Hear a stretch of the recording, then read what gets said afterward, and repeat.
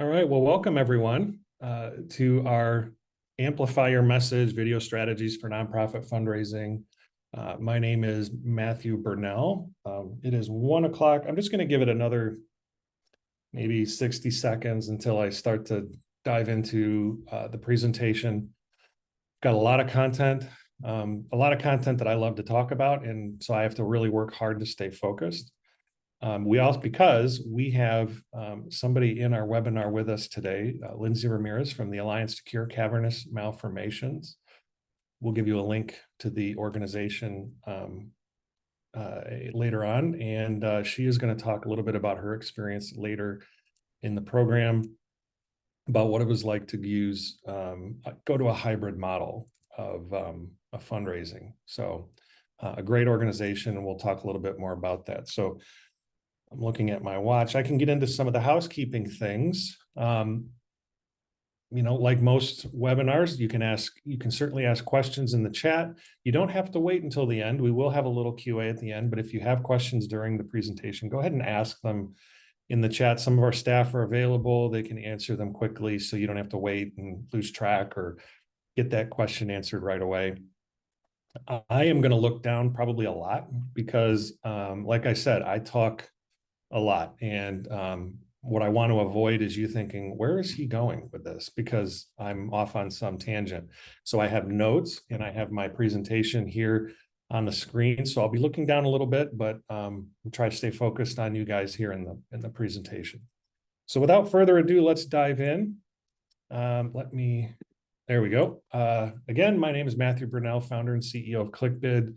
Been working in the nonprofit tech space since a little bit before 2002, when I did my first event for a statewide hospice organization. And since then, my focus has been on taking technology and putting it on the lower shelf so that everybody has access to it and everybody can reach it. There's no shortage now of technology that's out there and available, and it's kind of like left to us to try and figure out how to use it to help our charities. And so my goal has always been to just try and make it crazy simple. Anybody at ClickBid will tell you that they are probably sick of hearing that expression, but we'll talk a little bit about being sick of expressions and sick of statements here in a minute. Yeah, I say that a lot. What are we going to talk about today? So today is all about expanding beyond the ballroom, and we're talking about video marketing. So video marketing, video storytelling. What does it mean, and why is it important? I want to talk about how we incorporate it into traditional events, into hybrid events, blending them together. Again, in bringing technology so that everybody can use it, it's also about understanding that charities are typically resource limited, limited with finance and limited with time. So we need to make sure that we're not multiplying the amount of things you need to do to incorporate these things into your fundraising events for the future. And then lastly, and probably most importantly, is the case study with Lindsay in the Alliance to Cure Cavernous Malformations. All right, well, so what is the importance of video marketing?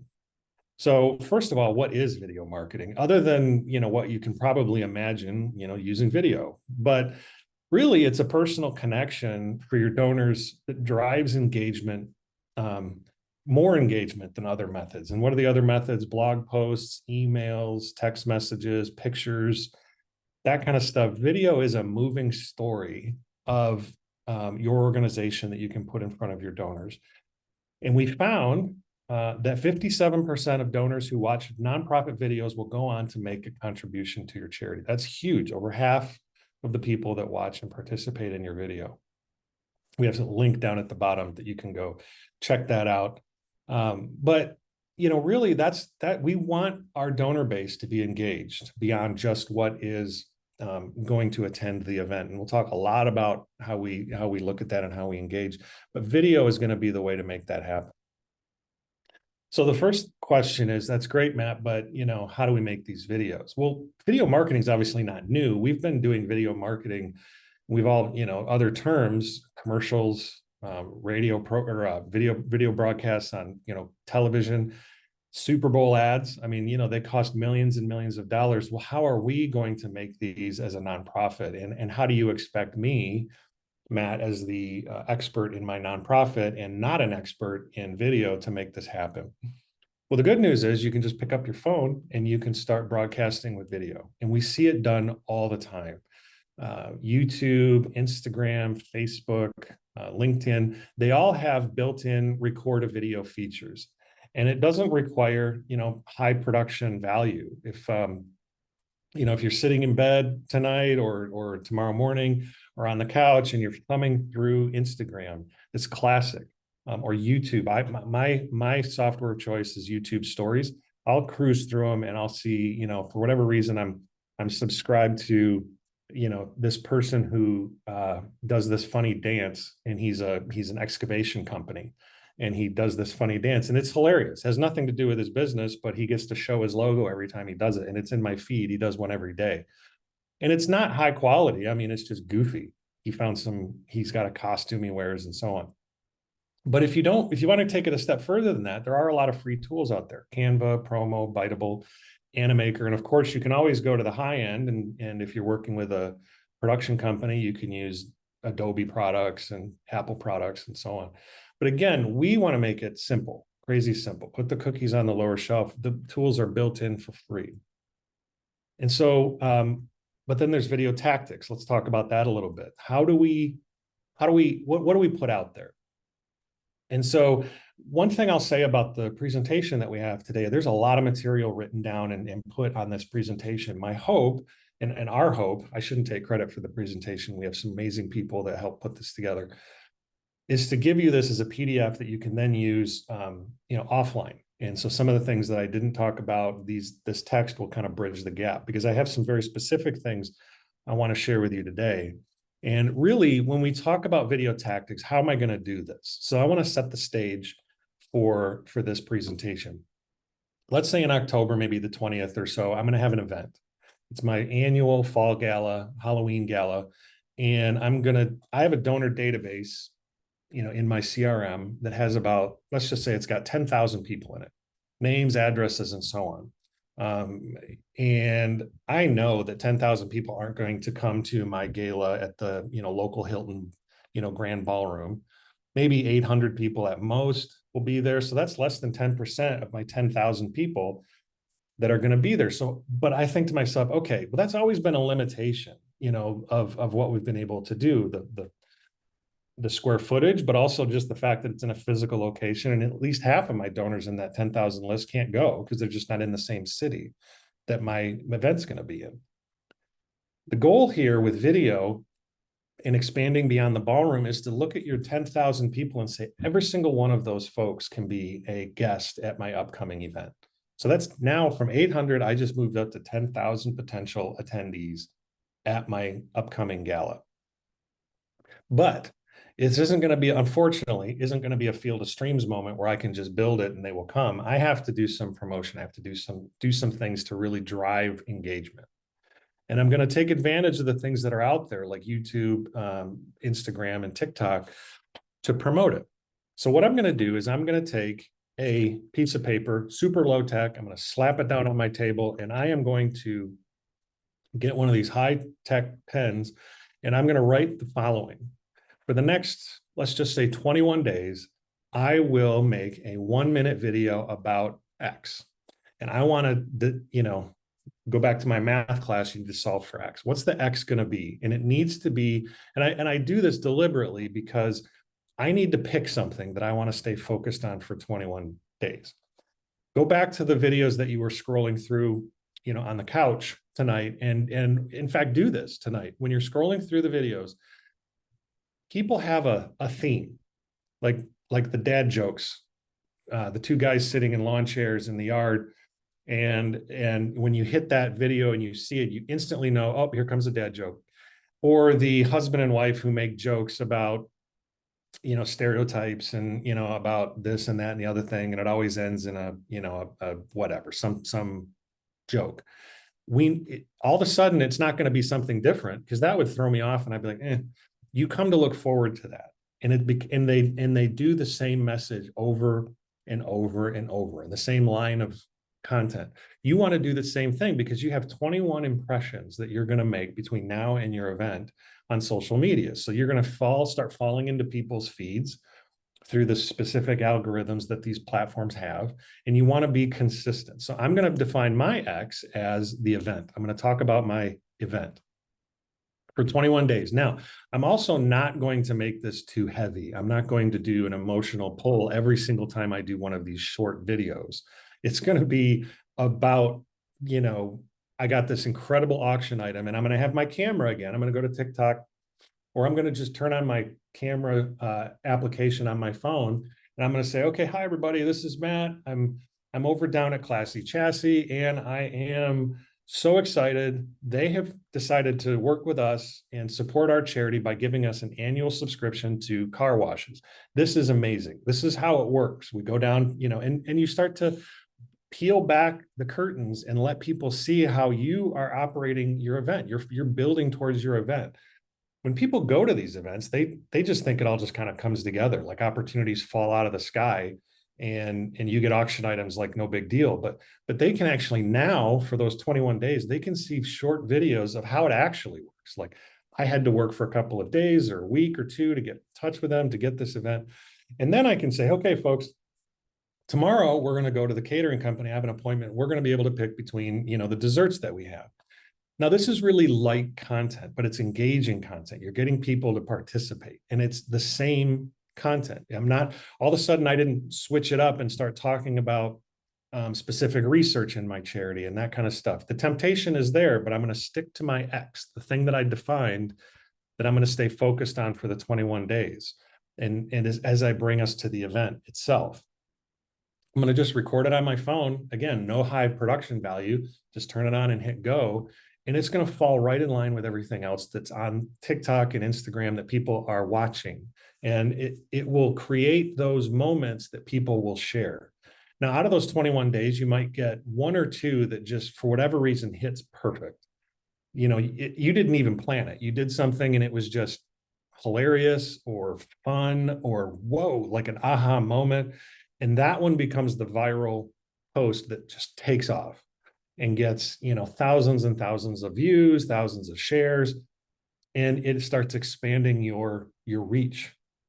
Because when we look at some of these videos, next time you go through TikTok, look at how many people view some of these videos, and some of them are just like, this is dumb. This is a dumb video. I don't even like it, but it got 25,000 views or 250,000 views or 2 million views. Every nonprofit in the world would want that kind of exposure. And so, you're focusing it on your event and so on. And again, I'm looking down, I'm trying to make sure I don't lose track of my time here. But again, that's step one. Commit yourself to doing that for the next 21 days, because it's not a field of dreams. People will just not show up. You have to bring them along.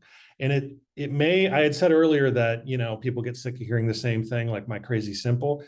You may be sick of telling that story after the first 5 days. You're like, people don't care about this stuff, but they do. You're peeling back again the curtain, and people are seeing behind the scenes. And that's really important. That's cool. That's people seeing the amount of effort you put into it. And when you make an ask later, which you will, that has weight to it. People will say, wow, yeah, I'm emotionally engaged. I'm attached to this. And I just saw how much work they put into this. Yeah, of course I'll give them some money. So, and it goes towards the good that this charity is doing. So again, we're talking about, video content ideas, the X that you're defining. Now, this isn't the only thing you're ever going to talk about. We do want to make a transition at some point. We want to get people off of the social media and attending your event in the virtual way, the hybrid way. But a compelling story, that kind of thing. Now, here's I inserted this slide today, and I'll come to this, but at this point, we're going to make a transition. So let's go back to our timeline. We've been doing this for 21 days. We're on this 21-day path to do these social media posts up until the Saturday of the event. The week before the event, I want to start making a conscious transition for everybody who's watching my videos to jump onto what I call the virtual venue. The virtual venue is a landing page. It's a website that I've set up I'm a little bit biased. You can see here, I'm a little bit biased. I'm going to go on ClickBid's platform and I'm going to create my virtual venue. It's going to talk about when the event is, where it's at, how you can participate, auction items that you can bid on, ways to give, why we're doing this, and so on. It's a collection of all that. Think of it like your physical venue where everybody goes to that place to do the event. This is a virtual venue. All those 10,000 people in your donor database can now attend the virtual venue. And it's a massive expansion of what people can do on that Saturday online. And it doesn't have to just take place on Saturday from 6 to 11:30 at night. It can happen for 2 weeks. So in my TikTok videos and YouTube videos, I'm adding a little text in there, and you can do that in those apps. It's really easy. Like I can do it. And as I'm getting older, I'm a slower adapter of technology or slower adopter of technology, but I can do it. And I just add some text that says, hey, folks, go to our event page to participate in the event. So what I will start telling people through email, through the videos, I'll even say it, hey, just as a reminder, folks, don't forget, go to our virtual venue, go to our website, the link's below in the description. And on Tuesday and Thursday, the week before our event, we're going to have special guests do a discussion on why they became engaged and why they took place or why they're a part of our nonprofit. Now, I like to think of these as little longer videos, like 5 minutes, maybe 10 minutes tops, live videos of individuals who are engaging or are a part of the charity. For instance, me, if I were the director, why did I get involved in this charity and not another charity? What's my story? People want to know the backstory. They want to know why you became involved. It's certainly enough. It was enough of a story to get you involved. It's something that other people need to hear as well. And I'm going to do that on Tuesday night at 7 p.m. I'm going to promote it through my TikTok videos because remember, I've started to create an audience. And now I'm going to start to promote it. I'm going to send out emails. I'm going to use my communication template that I'll show you at the end, how to keep checking off the list of ways to communicate with my constituents and have them attend on Tuesday night at 7 p.m. to hear me talk about my origin story, the reason I got involved. Thursday night, we're going to do the exact same thing, but it's going to be from somebody who receives the services or somebody who is a volunteer from a different perspective. But they're going to tell the same story of their origin story, why they got involved, their history. And the added layer is going to be live. And so the screenshot I have here, that was kind of the lead up to it. In our platform, you can go into your account. And again, I'm trying to make this as simple as possible, crazy simple. You can go into your platform, you click a link, and it pops open this screen. And I can share this link with anybody I want that I also want to, like my volunteer that's going to broadcast on Thursday, I'll send them this link and they'll do the same thing. And then they just press this little start button. When they press that button, they're live. And everybody on my virtual venue is now watching this story in real time. I mean, as if they were sitting right across from me in the room, listening to my story. And I'm going to put a little underneath the video, I'm going to put a donate button. Because when people are emotionally engaged, they give. We see it all the time. When we see these video gamers, they play these games online and they stream it and people just give them money. And that's not even through a charity. That's just somebody likes what they're doing and they give them money and they make a huge following and they make a lot of money at it in this case, but it's there because they're tapping into that emotional engagement, that instant emotional engagement. And we're going to let them participate and we're going to, tap into that and say, participate with us right now in giving. We need to raise $400,000 to take this to the next level, or $1 million, or $100,000. You can contribute $50 by tapping the link below, and you can be a part of this. And so, that all is done through this very simple web interface. Your story is what's important. You should be spending, as the nonprofit, 95% of your time working on whatever story you want to tell and 5% on the technology. It shouldn't be that hard. And that's our goal, constant goal of trying to simplify and simplify and simplify the platform so that you're not trying to fish around for links and how to do this and how to do that and how to set this up. You should be spending your time getting the story right, practicing, putting your notes down like I did. I spent more time trying to come up with my story than how to use Zoom and how to use a platform. So again, this is the link that's going to go out, and this is the video that's going to go out on Tuesday and Thursday night, leading up to the event on Saturday. Because remember, doors open at 6, but that's really for the 800 people or so, that less than 10% of my donor base that can actually be there in person. Well, I've put a lot of money into that, and energy and rented space and all that. I'm going to be able to now, with very little investment, expand it to what we're doing here, which is letting people participate online. So again, going back to, we've captured these videos, we've shared these videos on LinkedIn, YouTube, TikTok, Instagram, and then we've also taken them into the virtual venue. We've introduced them to that. And again, when we introduce them to the virtual venue, remember, that's the whole event. The silent auction, the fund a need, they can participate in that for the full week. The reason we're bringing them to that is so that we can capture their information. Can't do that on social media sites, but you can do that on a site like ClickBid, where you can capture contact information, register emails, phone numbers, address, and then they can start to participate in your event, in your auction, and watch videos. So the big question is, well, now what? We still have this big event, Matt, that I have to pull off on Saturday night. Perfect. If the doors open at 6, then you probably have a program that might start at like 7:30. Those 9,200 people that can't attend your event, who are still in your donor database, can all get a ticket to the event and participate through, again, the same exact technology. Let me see if I can go back. Yep. The same link that I sent out to myself and to my volunteer on Tuesday and Thursday is the same link I can load up on a laptop, web camera, and literally put it at a table. So let's say table 1 is right in front of the stage. I can put it right there, and figuratively speaking, that person is seeing the event and experiencing the program as if they were sitting at table 1. And they are literally sitting in their living room, or they're in an airport waiting to get on a plane to go somewhere else, or something. They're not able to be at your event, but they are participating. Even if it's for 5 minutes, 10 minutes, you've made that touch to the donor and you've re-engaged them, which is exactly the goal that you're trying to accomplish with the event. Is we want to engage our donors so they stay donors. So that when we ask them in the coming months for a year-end contribution, or when we ask them to attend next year, we haven't gone a full year without engaging them.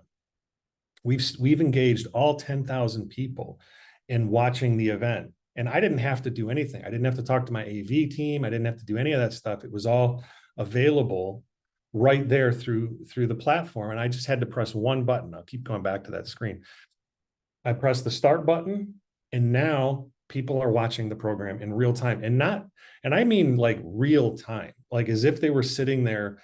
The second that the auctioneer says, who's going to give me $1,000 on this live auction item, I'm hearing that in my house 2,000 miles away, and I can press bid as if I was in the room, and I can bid on that live auction item.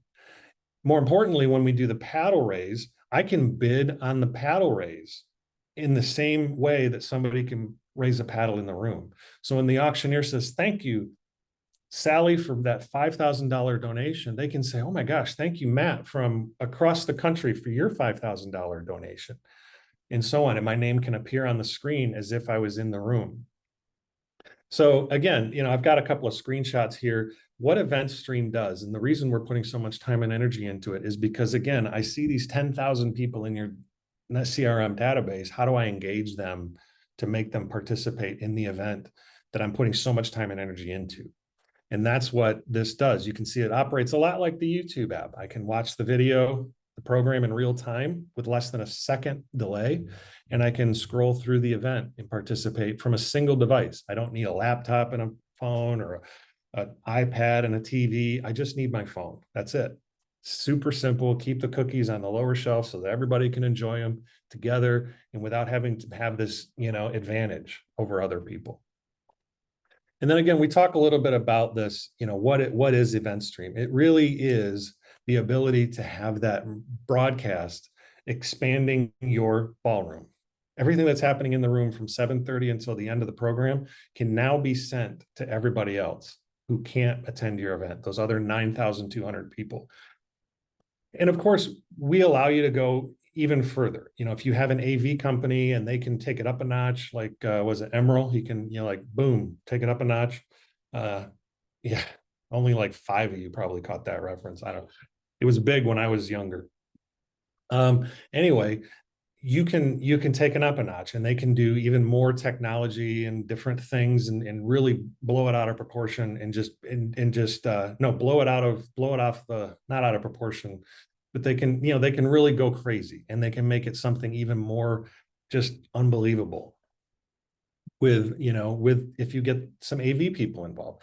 But at the very basic level, you can make this available with hardly any talent whatsoever in video. That's what I wanted. I wanted somebody who's dedicated to the charity, but not dedicated to technology, to be able to run this. And that's really, really important. So again, the importance of hybrid events, getting people into the room without having them at the event is really, really, really important. And this slide, I actually bolded the very last sentence here: create a communication plan. It's underemphasized, but one thing we did is we worked with a charity in Northern Virginia, and they had this really impressive but low-tech PDF of, it just had a date field and then a statement after it. And these are the things that we want to do. We want to send out an email to save the date. Then we want to send out an email to remember to save the date. Then we want to send out, basically for the next 3 months until the event comes up, we have these things that we want to accomplish. Communication touch points for people. So we asked them if we could, make this available to every nonprofit that we work with, and they were more than happy to oblige. So we have a PDF that you can download on our resources, where you can basically, it's as simple as setting dates and making sure that you communicate at a specific time. And that's kind of a thread through this discussion. I had said, take a piece of paper, write down that you're going to do this for 21 days, and it's going to have a very specific X, and that X is the message. And I'm not going to deviate from that message. And again, I'm going to create a communication plan, and I'm going to set dates, and I'm not going to deviate from those dates. I'm going to stay rigorous, militaristic, just check them off. Get excited when I can send this email out and check it off the list. Super important. Easy to do, but hard to keep following through until the end of the event to make sure it stays. I try to emphasize that on every webinar I do, because it really is something that changes the game for you. All right. Well, I've come to the end of my long dialogue, and I am going to introduce Lindsay. Lindsay, I'm just going to say a few things about the organization because I can't resist.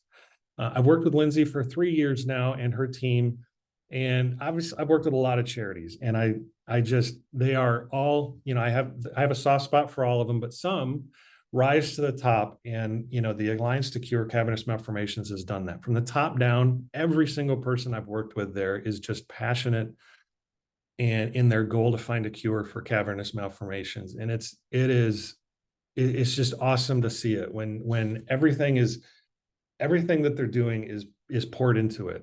Every resource they can find, minimizing costs from a management standpoint, and maximizing what they put into the cause itself is just awesome. So it's with great pleasure that I introduce Lindsay to give her case study on hybrid events. Thank you, Matt, for the kind words. We appreciate everything that you have done for us, and I am happy to be here for this. Just a little bit about me to get started. I have been with the organization for about 7 years. Part of that time was volunteering in the beginning, and then I, worked my way into becoming employed with the organization for the reason, the next bullet point below. I am a mom and a wife of cavernous malformation patients. So I am extremely passionate about the organization and ultimately finding a cure for cavernous malformation. Prior to joining the Alliance, I worked as an athletic trainer and a sports medicine teacher at a high school.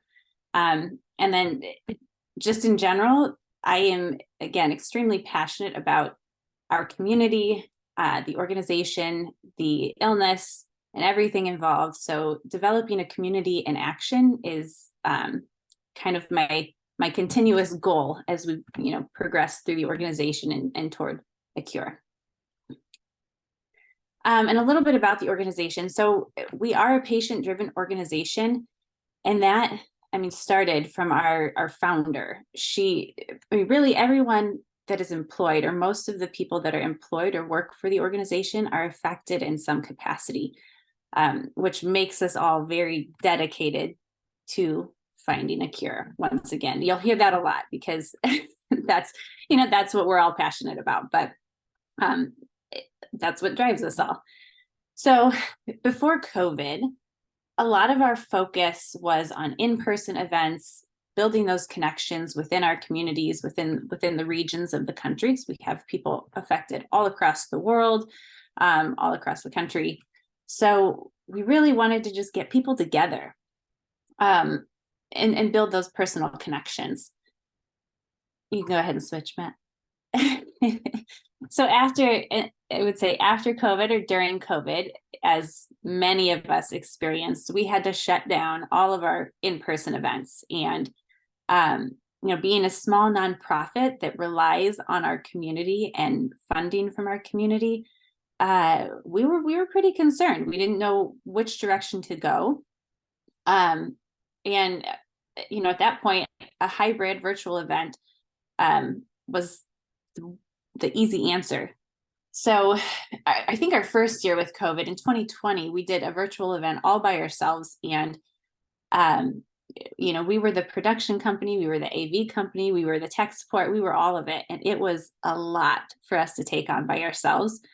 And while I would say the event was successful, it was, considering the time and the effort that went into it from the staff, I wouldn't say that it was time well spent, in the sense of, we could have utilized other organizations, other companies to help us along the way, which is ultimately what we ended up doing the next year in 2021.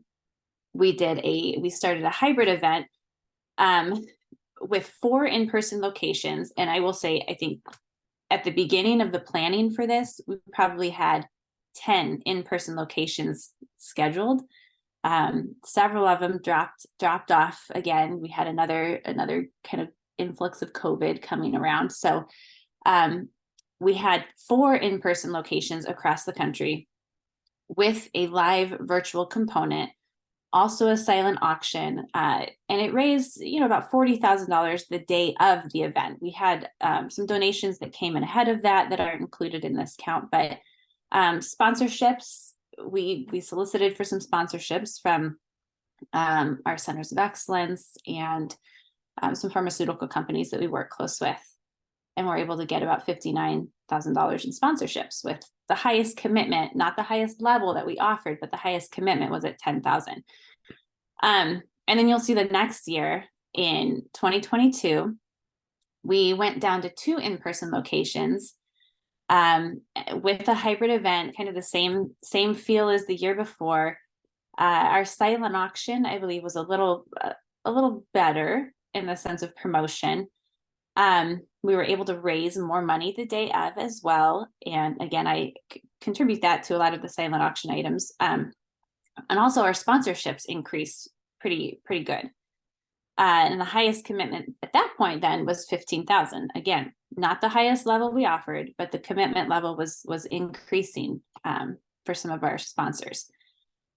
And then this past year, 2023, so we wanted to do something different. And our in-person locations, because they were kind of consistently, I don't want to say dropping off, but people just weren't eager to necessarily be hosts. And we didn't find that there were maybe 10 people showing up to these in-person events. So it didn't make sense for the time and commitment of our hosts to do that this year. So we ended up doing 6 different broadcasts throughout one day. So it wasn't a live broadcast as in, everybody was there talking and presenting at that point, but we pre-recorded everything and had it put together and then broadcast it at 6 different times throughout the day so that we could allow people from across the country to be able to tune in at whatever time was convenient for them. We also did that for international folks. We have a lot of international engagement as well. So with that, we were able to kind of increase our sponsorship reach a little bit, or I should say, increase our sponsorship interest. The highest sponsorship commitment this year was $25,000, which was our highest level offered, and the first time we've been able to get a sponsor committed at that level, which was very exciting. But again, when you let them know that, you know, we're broadcasting internationally, you know, across the world, I think it was pretty appealing for them. With that, we were able to increase the amount of new donors that we actually reached compared to the previous years, and an increased number in viewers. So we were able to reach, I believe, over 1,000 people, which in our small rare disease is significant for us. And you know, with that, I mean, really our goal this year was engagement and kind of thinking of a long-term plan here, and not necessarily, you know, we weren't expecting to raise a ton of funds immediately that day, but our program was developed based around the fact that we would continue this this engagement and this reach throughout the year. So it was kind of a kickstart of, as it says up there, but a community in action. So we wanted to start a culture, or create a culture, of fundraising. Thank you. So some of the strategies that we looked at, and I honestly didn't put everything on the slide because there's so many different, you know, moving pieces of this, but some of our goals were to facilitate community relationships despite not being together. So finding a way to bring the community together, make them feel like we're all together without actually having to go anywhere. So we added a chat feature within our program, and we're actively engaged on the chat and encouraging engagement on there, asking questions. And we actually had a lot of community members kind of doing the same thing, which is really nice to see. The second goal was obviously to raise funds to continue our work and support those that are affected by cavernous malformations, and then increase community engagement. And we did this by, I don't know, we always take a look at our community. Who are we trying to reach? What are our community needs? You know, what are they interested in? What do they want to hear about? So we start with that and then kind of develop our marketing plan based off of that. And what we find with our community specifically is that, I mean, if you ask our patients and our families, they will all say, we want a cure. We want to find a cure. And the way to get to that point is research. So we focus a lot on the research, but also letting our folks know that, yes, the research is the end goal and the cure is the end goal, and that's where we want to get to, but we need to help them. We wanted to help them understand what it takes to get to that point. So with our marketing strategies, we developed several videos that came directly from our researchers. We were, based on the timing of our event, we were able to capture some of that at our science meeting that was just a couple of weeks before this most recent event. So we actually got to talk to some of our researchers and scientists that were there, some of our neurosurgeons who were able to communicate the importance of funding research and how we can get to that goal of a cure is ultimately by funding that research. And they were able to talk a little bit about, the work that they're actually doing. Then we also captured some videos from our patients, and again, the importance of finding a cure for them, and not necessarily the struggles that they go through, but more of what the community means to them, what it means for them to have the support of organizations like the Alliance, but also have our centers of excellence and our researchers working on a cure for us. And then I think the last message that we, kind of targeted or used was community. Just, we can't do this without you. We can't do this without our community. And making sure they understand, that we need everybody. We are a small rare disease nonprofit, and we need everybody to help. We also had kind of a targeted approach in a sense of, we need to understand who we're talking to. A lot of our patients have, they have brain issues. So we need to be able to reach them in multiple avenues. So social media, email, the website, make sure there's closed captioning on all the videos we do, make sure that everybody can access them. So that is another component of what we did. Sponsorships, I think if you're not getting sponsorships currently for a virtual event or hybrid event, you need to do that. It is the largest portion of our funds, the largest portion of our funds come from sponsorships for these events. And again, it's very appealing when you are broadcasting internationally. They are getting their logo out there.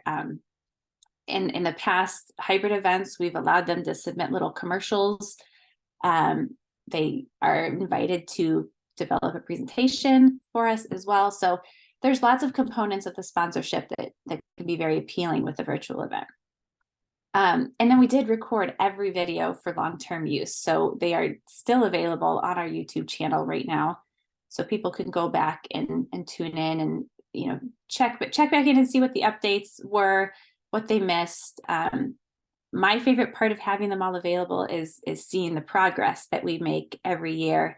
The updates that we received 4 years ago, how did that progress? Did we follow through with those goals? And it's nice to see, because every year there's something new and exciting and hopeful. So what has changed?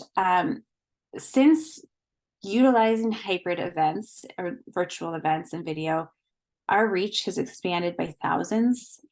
We are able to, get in touch with more patients, more doctors, more researchers. We actually, just this past year, had a pharmaceutical company approach us. We didn't have to go out and find them. They came to us, which is a first. We upgraded our patient registry and our DNA tissue bank because of the funds that were able to come in, or because of the increase of funding. Patients are now reaching out to volunteer, which I attribute to the engagement side of it. Donations coming in without solicitation. So we aren't necessarily having to go out and ask for money all the time. Like, they're actually just coming in without being asked, which is wonderful. And again, goes to show the engagement level that the virtual component can bring.